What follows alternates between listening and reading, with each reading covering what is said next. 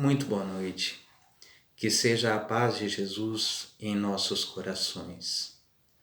Aliás, por falar em Jesus, vamos conversar um pouquinho sobre a forma de vivência de Jesus e sobre como Jesus seria encarado nos dias de hoje, pela sociedade atual de hoje. Eu me pego muito perguntando sobre isso. Se hoje nós encontrássemos Jesus na sociedade em que nós vivemos, como nós encararíamos Jesus? Nós o entenderíamos como aquele que ele realmente é, ou o entenderíamos como alguém que é mais um louco, é mais alguém que é desprezível, que é esquecível, que é marginalizável por colocar-se à margem dos costumes que a sociedade nos apresenta? Porque talvez hoje Jesus não se encaixasse na sociedade em que nós vivemos. Começando pelas companhias que Jesus escolhia para si. Jesus preferia a companhia de prostitutas, de homens simples, sem cultura, de pescadores. Vivia cercado de doentes do corpo, mas por certo e muito mais, vivia cercado por doentes da alma. E nós encontramos um episódio muito interessante, que é aquele em que os homens da cidade toda trazem até Jesus, que estava sentado à escada de um templo, uma mulher que havia sido acometida, encontrada em ato de adultério. E que, como todos procurassem condená-la, Jesus diz aquela frase conhecida por todos nós, né? Que a condenem, que atire a primeira pedra, mas aquele que esteja sem pecados, aquele que esteja isento de erros, aquele que seja isento de faltas.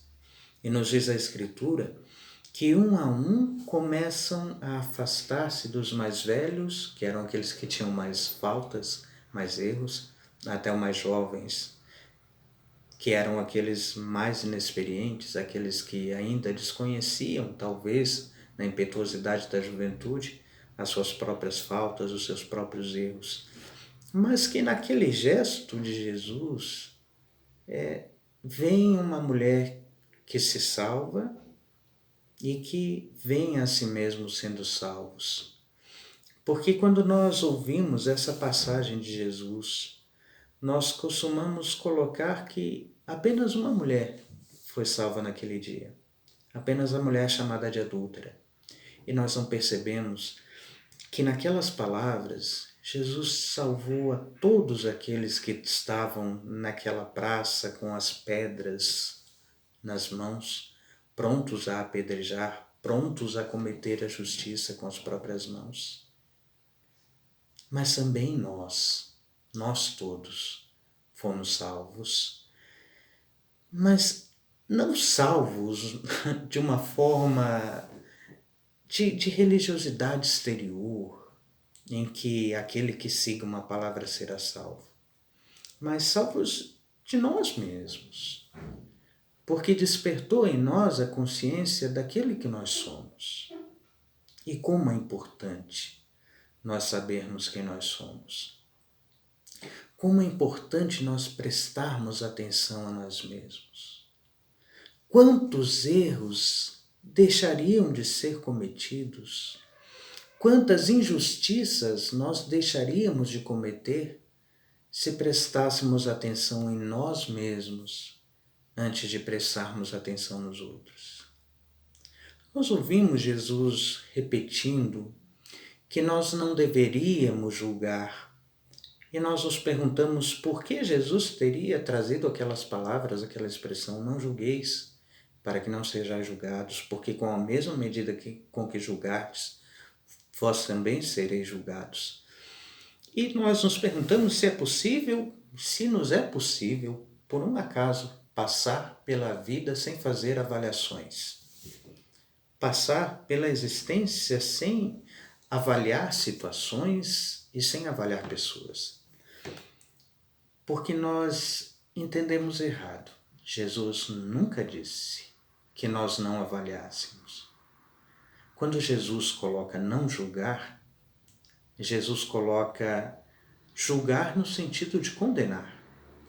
Porque sempre que nós julgamos alguém ou uma determinada situação, o nosso primeiro impulso é do julgamento que condena. E eu lembro que quando eu era criança, eu ia para a escola e junto com as demais crianças da classe, nós nos colocávamos ao redor da professora, uma mulher fantástica, maravilhosa, professora de português, que cantava conosco algumas canções que talvez nós só fôssemos entender depois de muito mais tarde, que talvez nem agora venhamos a entender. Uma dessas canções falava sobre a questão da felicidade. Uma música do Padre Zezinho que diz: um dia uma criança me parou, olhou bem nos meus olhos a sorrir, caneta e papel na sua mão, tarefa escolar para cumprir, e perguntou no meio de um sorriso o que é preciso para ser feliz. E a música elenca uma série de questões. Amar como Jesus amou, sonhar como Jesus sonhou, viver como Jesus viveu, sentir como Jesus sentia. E esse é um ponto fundamental para a felicidade. Sentir como Jesus sentia. Será que nós somos capazes de sentir como Jesus sentia? Eu fico me perguntando, me colocando no lugar daquela mulher apedrejada, que seria apedrejada, perdão, o que ela pôde encontrar no olhar de Jesus? Quando todos foram dispersados por aquela frase, atire a primeira pedra aquele que esteja sem erro, e ela viu-se a sós com ele, e ele olhou bem nos seus olhos. Eu fico me perguntando o que ela pôde ver. A esperança da compreensão, a esperança do entendimento, a esperança do acolhimento, a esperança do reconforto, a esperança do olhar que abraça, a esperança do olhar que estende a mão e que acolhe para si, do olhar que fortalece e não do olhar que condena. Havia uma multidão de olhares que condenavam e apenas um olhar que compreendia. E o que fez a diferença na vida daquela mulher não foram os olhares que condenavam, foi o olhar que compreendia. Foi o olhar de Jesus. E só se pode olhar dessa forma, amando como Jesus amou, sentindo como Jesus sentiu, como Jesus sente. E se nós fizermos um exercício, um pequeno exercício, nós veremos que nós temos diante de nós muitas pessoas que se veem diante de olhares que acusam, como se mãos carregassem pedras prontas a apedrejar. Nós encontramos isso o tempo todo nas nossas idas e vindas ao trabalho, para casa, mas principalmente nas pessoas mais próximas de nós. Porque todos nós carregamos dentro de nós uma quantidade muito grande de olhares que reprovam. Muitas vezes os olhares que reprovam são aqueles que brotam de nós mesmos, da nossa fragilidade, da nossa imaturidade, da nossa incapacidade de compreender os nossos próprios erros, da nossa incapacidade de aceitar a nossa condição de necessidade de crescimento, de necessidade de desenvolvimento. E muitas vezes durante toda uma existência, fugindo dos olhares que nós direcionamos a nós mesmos, nós encontramos também na sociedade, quando mais buscamos um olhar que compreenda e que acolha outros olhares que condenam. Porque nós não somos como um espelho para as outras pessoas, e assim, como diz Caetano na música, Narciso acha feio aquilo que não é espelho, que ao tempo todo nós precisamos nos igualar em comportamentos, em sentimentos, em hábitos, para que sejamos acolhidos, ainda que não estejamos de acordo com a nossa necessidade de crescimento enquanto indivíduo, enquanto ser.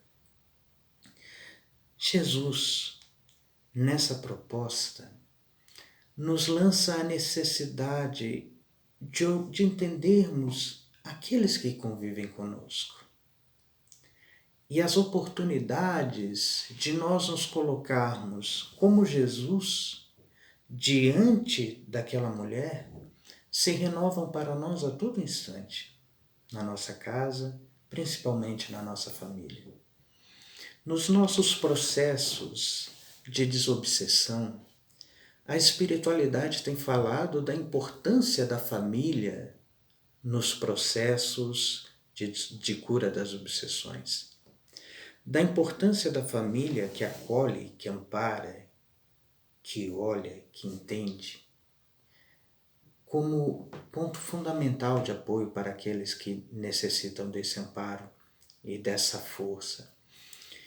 E nós nos perguntamos se nós, nas nossas dificuldades de convivência, temos conseguido ter algo que Jesus nos propõe muitas vezes no Evangelho. Olhos de ver e ouvidos de ouvir. Olhos de ver, mas de ver de que forma? Nós temos nos habituado a ver apenas o imediato. Nós temos nos habituado a ouvir apenas o imediato. E o convite que se faz através do Evangelho é que nós possamos ver como Jesus via. E Jesus via não apenas as nossas defecções, não apenas os nossos defeitos. Muito se pergunta por que Jesus escolheu as piores pessoas da sociedade para conviver. Porque Jesus, a resposta é essa, porque Jesus olhava com olhos de amor. E o que quer dizer ver com olhos de amor?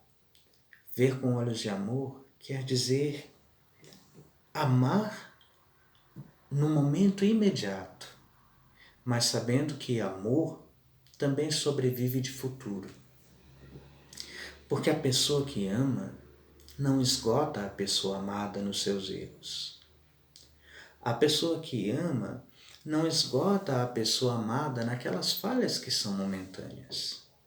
A pessoa que ama é capaz de ver aquilo que ainda não está pronto, mas aquilo que está ali, pronto para florescer. E dessa forma foi que Jesus olhou para aquela mulher. Jesus não olhou para a mulher que cometeu o adultério. Viu o adultério como expediente de fragilidade humana, mas presenciou naquela mulher também aquilo que a mulher poderia vir a tornar-se, aquilo que estava escondido no íntimo daquela pessoa, daquele ser. Será que quando nós olhamos para as pessoas que estão conosco, passando pelas dificuldades, as mais diversas dificuldades, mas principalmente pelas suas próprias dificuldades, pelas dificuldades do ser, pelas dificuldades da personalidade, pelas dificuldades do temperamento, pelas dificuldades das escolhas erradas, pelas dificuldades dos caminhos mal escolhidos? Será que nós temos essa capacidade de olhar e ver o que se esconde, o que está ali pronto para nascer, o que está além desses erros?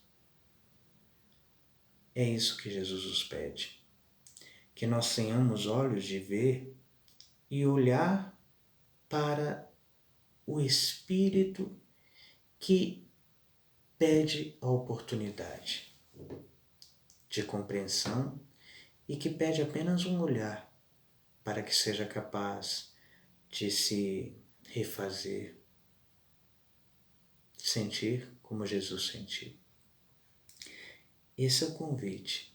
É um convite simples, mas que é muito difícil.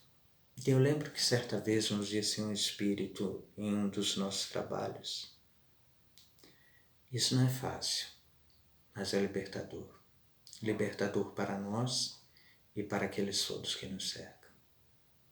Muita paz. Que Jesus esteja em nossos corações. Que assim seja.